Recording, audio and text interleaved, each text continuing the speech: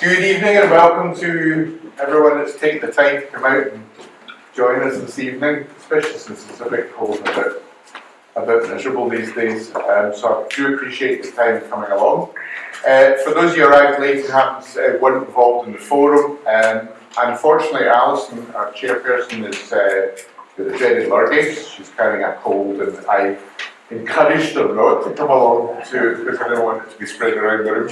But it does mean you're stuck with me, unfortunately, for the forum and for this particular meeting. So thank you for your patience. So without further ado, you have hopefully got the paperwork from previous minutes and tracker on your chairs. So I encourage you to have a wee read through. The focus of the meeting we're likely to be a little bit brisker, I hope, this evening. A little bit of an earlier departure, although that's now setting myself up for fall, but what the hell. I think the reason I'm saying this is we don't have any invited speakers to this particular meeting, so the chances are we're very good to be able to manage everything a little bit easier. And the focus of the meeting will be to allow us to go through the tracker with a bit more detail, just to see where we are with everything and give people an opportunity to be able to check out where the progress of those particular items are. Okay, so following the agenda, I think everyone has an agenda in front of them. I'd like to just point out the apologies. We've received apologies from obviously Alison. Julia Cananta can't make it, unfortunately, due to work commitments. Both Sandra and Lynn have unfortunately not been able to make it either this evening. Have we received any other apologies from Martin apologised, but he's got his representative here. Sorry? Margaret, where's Margaret? She's in there. Was she there?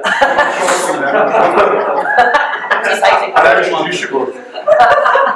That's she. Okay. So the minutes have been distributed. I'm looking for a proposer and a seconder to approve the minutes from last meeting. I'll propose it. Who's that? You. Thank you. Can I have a seconder on that? I'll second it. Thank you.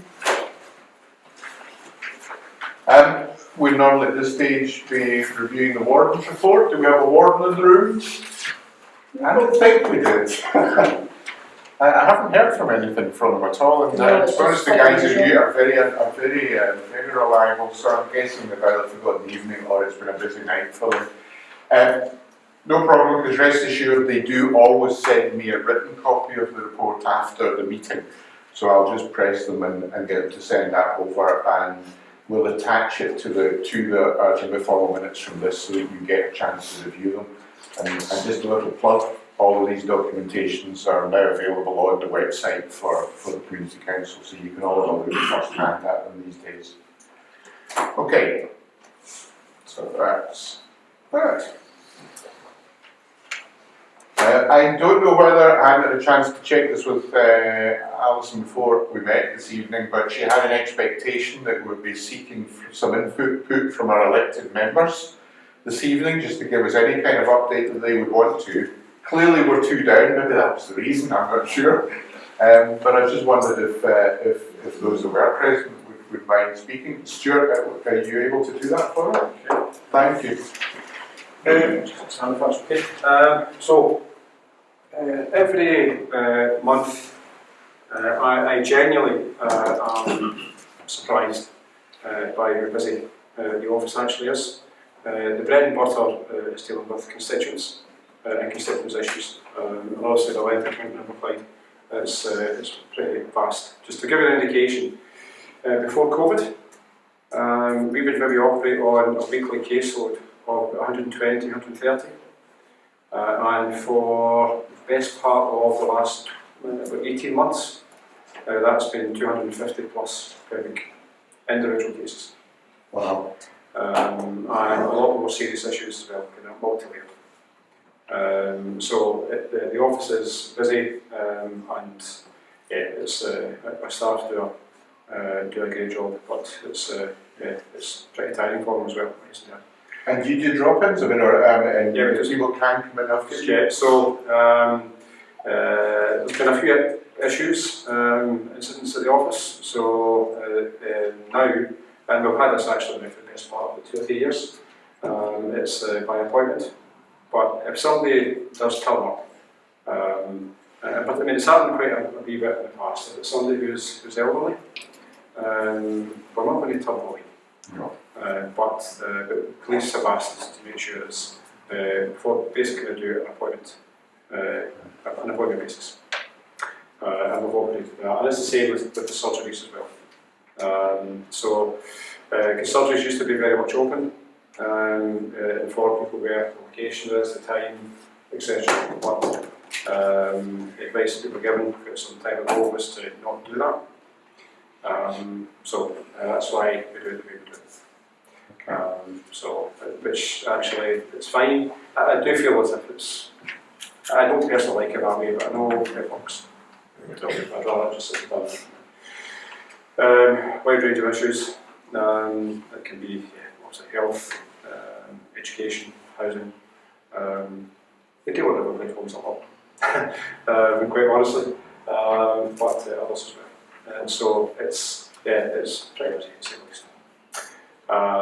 In terms of the chamber, the Parliament, we just started back 2 weeks ago. We've also been off for the summer recess. And yeah, we've got a stage 3 tomorrow in the Victims Bill. So stage 3 is the final stage of any legislation. So there's a range of amendments for that stage 3 process. And at the moment we're scheduled to go until about 10 o'clock tomorrow night for all the amendments. And then the debate part will take place on Wednesday. So prior to the summer, I was on 2 committees.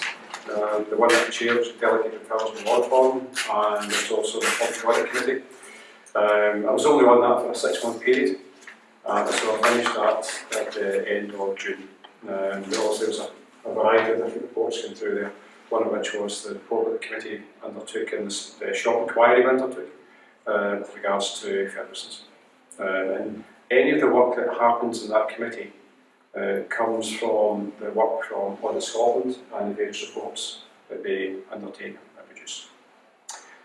So this is the first time in a while I've only been back onto one committee, which is quite nice, but that doesn't mean to say I've got plenty of time in my hands, because I certainly do. I've got plenty to catch up with. And obviously just had the summer recess.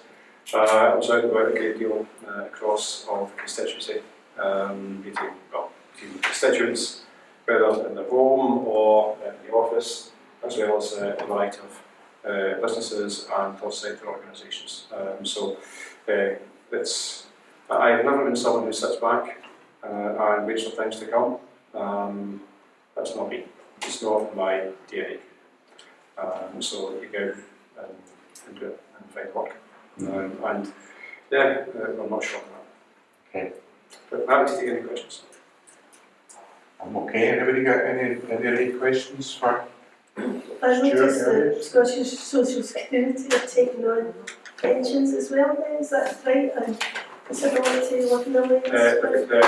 The disability, not pensions, that's still reserved to Westminster. Okay. But the adult disability payment. Yeah, so that should be a big difference to people. Yeah, it will. Yeah, it will. Absolutely. Any other questions for Stuart? That's easy. Thank you. Appreciate it doing that. Thank you. Would you like to speak on behalf of? I know you're deputy. I'm happy to speak on behalf of Mark, but if I think Councillor Heller should take Yes, it, certainly I'm happy. Yes, sorry, my apologies if that was rude. Thank you. Thanks. Thanks, Chair. Most people hopefully should know me by now. I'm Councillor Ian Kelly. I was elected recently as far back as last November. So I'm getting towards that 10 months, 12 month period. Obviously a ward councillor, and I've got various duties which I've taken on board. Certainly is to keep in touch with community councils, this one and the West and Cardiff. I'll tell you a bit about my council duties so you know that we're doing, because a lot of people see councillors and they maybe just see us tonight and you don't see when they're out there doing the office stuff.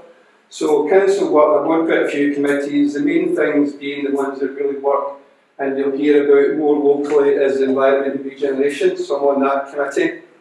I'm also on planning, on general purpose board, and one that's very close to me, especially my background, is the local police and fire scrutiny panel, okay, and a few others. So we do keep ourselves busy out with what you're seeing. In fact, we're very busy in the town council buildings, we're doing a lot of stuff there, and hopefully you're able to catch up with that. Big thing with our work is, same as what Stuart talked about there, is casework. Got a lot of local casework here, and is ever going. Always try and make sure that if I do get an email from somebody that I do answer you. In fact, I've changed that, I will answer you, okay? So if you email me regarding something, I'll get back to you, I'll answer you, and then I'll forward the email either to the inquiry department, or I'll give you the information I need to give you, okay? So if you ever have to drop me an email, I'll get back to you. I never make any promises because my job is to signpost and to try and get things done by the council authority and try and make them work for you, because that's ultimately what we're there for. Various other things I'm working on just now is attend school events, and also keep in touch with the school, make sure that we're dealing with any issues they've got, any problems. And thankfully, it's great to see, because we were represented recently in the council chambers with Gourock Clyde High and St Columbus High School. It was in the chambers, so it's good to see them. They saw the chambers working. Bits and pieces of various casework, so I've attended various things that matter to people, everyday things. For example, somebody got in touch with me to say that the media companies were going to put a telegraph pole right outside the garden and the wires was going to go right across the back of the house. So I got in touch with them and that was fixed. And that's the things that matter to people. You know, the everyday things you can see. Somebody spoke to me about the Kenmore Place Gardens, got the council down and got all the rose beds all weeded and everything. So these wee things that matter to you. Another wee one that mattered to people was in Drumshanty Road. They resurfaced the road, which was great, but they forgot to go down the left turn only. Now if you come down there and then you do that, don't do that left turn only, and you try and turn right, you're into a dangerous place. So quickly we got that repainted, and again that makes things work properly. Projects, you might have seen things I've been involved in, and I'm happy to see any questions after it. But things I'm really was passionate about locally, I created a drop-in centre for cancer, especially for prostate cancer for men at Gourock Library, and that was running for a period of 6 to 8 weeks.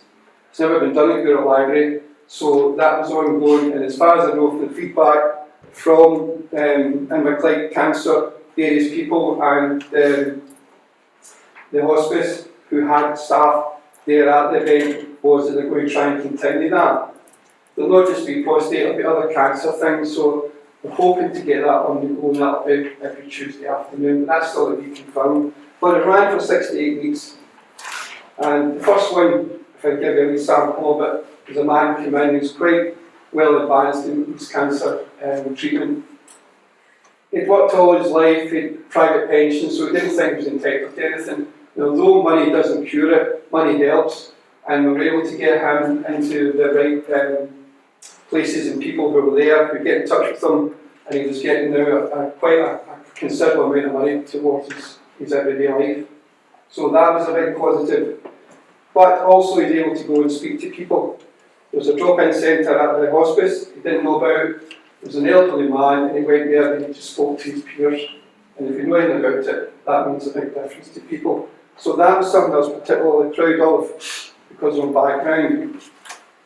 I'm also quite a big advocate of community policing, which I've been lobbying for constantly, because everybody wants to see police in the area. We can't have them here 24/7, but we do want to see them down here when it matters. So I've been lobbying for that a lot.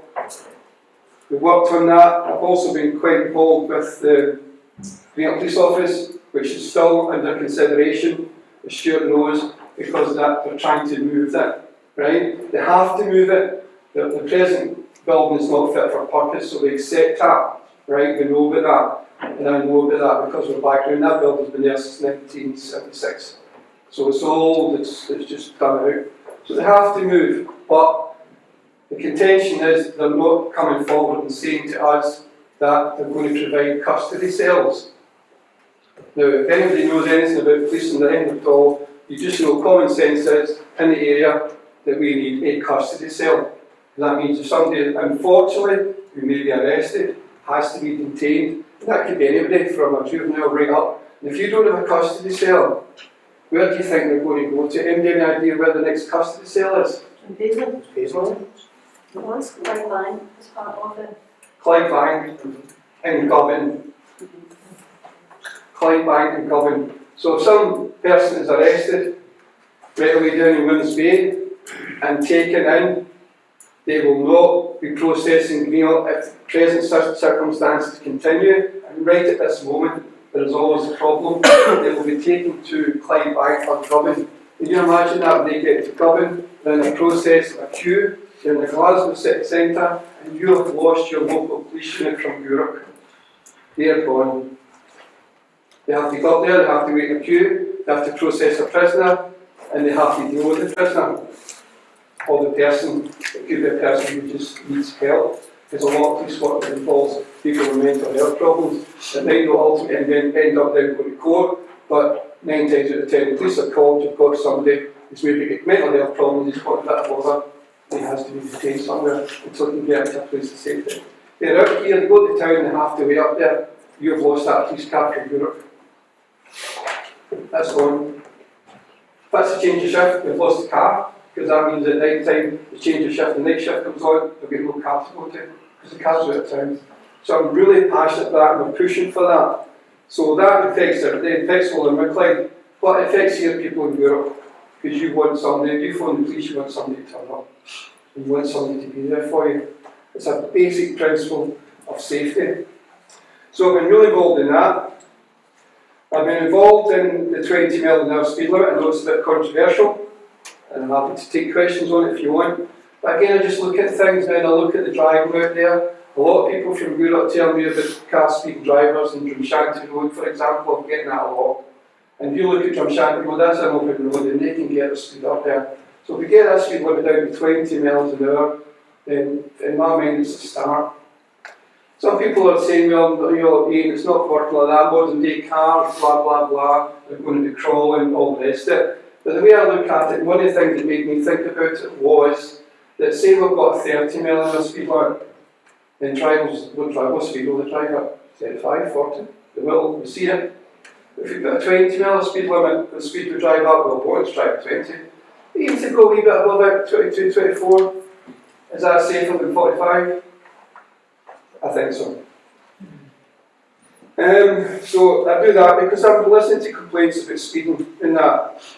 I do a lot of liaison with the council, especially with the riverfront and the railings. I put a reply into that. I know this community council is very much into that. They want a reply for it and they're trying to get an update as to when it's going to happen. I know that we're keen in that community council. And I try and get that answer as well, right? Liaise with Alan's office, the local MP. You know, you must be so proud you've got a local MP here, your MSPs as well. You must be so proud you've got that Gourock person who's your MP, and he's here having coffee mornings available to speak to. I've also turned on into street surgeries, and just going along speaking to people, introducing them and seeing what they've got to say about things. And also I've got my own surgery.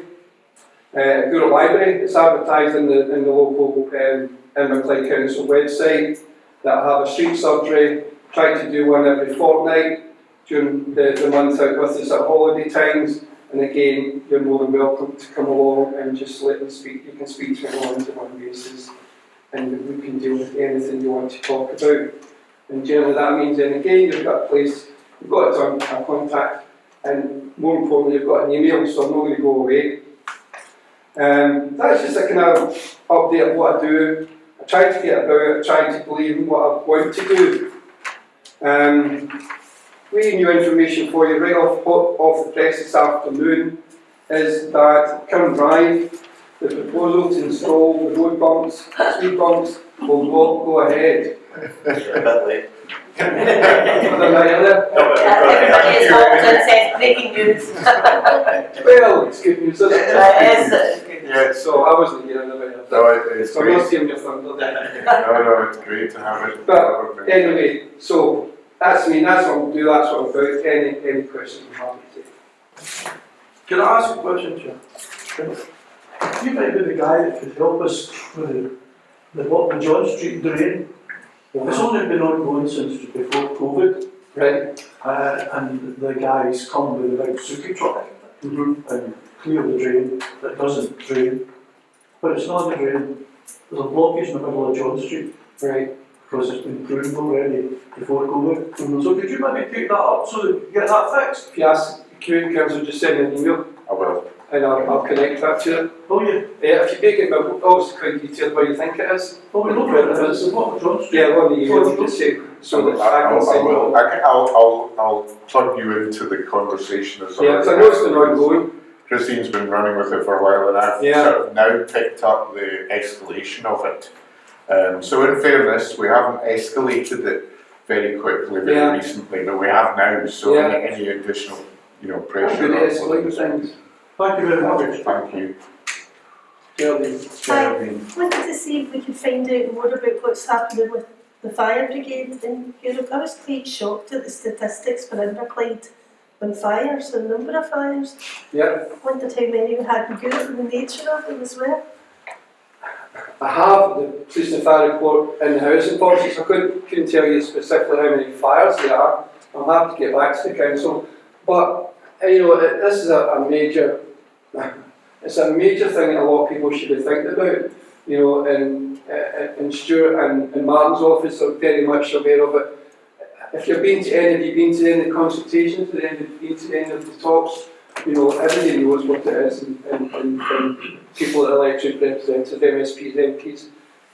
We're listening to both sides. I'm listening from the fire brigade union, listening from the fire bosses. They try to say this makes it work better, but I'm not telling you exactly. Again, it's like getting down to that. What we talk about, police, you take that fire unit away, then what happens when you've got 2 or 3 fires on the go? What happens when you get climate control, changing things, you've got fires on the hillside, you've got everyone working at once, you've got somebody trapped in a car, then that, you just cannot legislate for that. So I'm not quite sure the dates, but I don't know if Stuart and Al can tell us, but is the consultation still on? Yeah, tomorrow. Tomorrow? Yeah. Still on till tomorrow?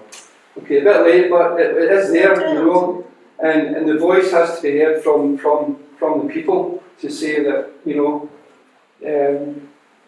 the consultation is quite technical, and whether they're doing that on purpose, I don't know, but I don't think so. But if you can understand fully what they mean by unit, or it has to be, it has to have so many persons of fire brigade service on it, what happens with it's not? Like retained fire service officers, rescue fire service officers, I believe to be not as freely happening as it used to be. So I used to get retained officers with train, and there would be a retained fire officer for Gourock. But what they're now apparently being told is that, well, although you've been trained for Gourock, you could be moved to I say man, but unit person, a fire officer, unit in places somewhere. So if you become a local retained fire officer, there's no guarantee that you'll be used in a Gourock unit. So there's a lot of stuff there that's not happening, but it's really up to yourselves to make a point of it. Certainly we circulated, the consultation communications as part of Yeah, the council. part It of was the- raised the last meeting, or the one before that, where the fire guys came along and presented to us and told us what was happening. So You can't lack people's safety. no, indeed. Can't lack them. Okay. Can I ask a wee quick question? Yes, of course you can. Just you're on the Environment Regeneration Committee. Is there any kind of Gourock projects ongoing for regeneration just now? There's one up at the school up in Josh Road. Sorry? Josh Road, yeah. Yeah, So I was trying to regenerate the road to Stafford Street, the old school playground area. What other things is coming to mind? there's a lot of stuff with projects that maybe involving like money for the railings and getting that going. That's a big thing just now, and getting that. The railings is a big problem because it's more to deal with the foundations, because the foundations are over 100 years old. So there's no point going in and fixing a railing when the foundation's not ready, and that's why the council is trying to get an understanding of it. As far as I know, that's pretty much going. That's the kind of main things I'm thinking about just now. But always look at it as an overall picture. You know, there's always get the Gourock regeneration meeting, so we're all looking at things every month, as you know, you're on that, aren't you? So we're always looking at things there to make better for the area. Big thing I would really like to do, and we're working on that again right across boards, is getting cruise people down here. Getting them to be the signposts that come into Gourock and come off the ships. We say that takes about a year or two to come in, so hopefully maybe next year we could look at something. We're certainly trying, and the council is through Go Gourock as well, was wanting to try and get a banner put up to say Gourock that way, or maybe get buses or something, so that's also But I see the double-decker bus, tourist bus that's been coming round here. Yeah. Yeah. And they've been advertising it down at the cruise terminal. Yeah. Yeah, well, slowly but surely. Thank you first. I think it's a great idea to encourage passengers on cruise ships to come down, but when one of the first places they come to is Cartwell Bay, you've been talking about the railings. You know, those railings have been like that for, well, ever since I've been here, probably nearly about 3 years. I've heard talk in previous meetings that there was work ongoing to perhaps repair those or whatever. Yeah. I mean, it doesn't encourage people to go any further when all they're seeing are orange railings, you know, Yeah, look where the ornamental railings should be. I know. But it certainly is in the project of work. And also, I should point out, it's very much on our track, it's something we've been taking, and I'm also on the regeneration committee, so it's something that's foremost in it. I'm very with your frustration, I'm also very conscious of Councillor Heller's support for it. It's something we really need to kick harder, there's no question about that. Have they thought about like having even a part of the library or whatever with something to let people know what Gourock used to be like, how it had a fishery, how it had a shipyard, Yeah. a boatyard. Some heritage place. There's absolutely nothing Yeah, for people to come and look at. Can I just point out that the Inverclyde Tourist Group does actually an awful lot with the cruise passengers.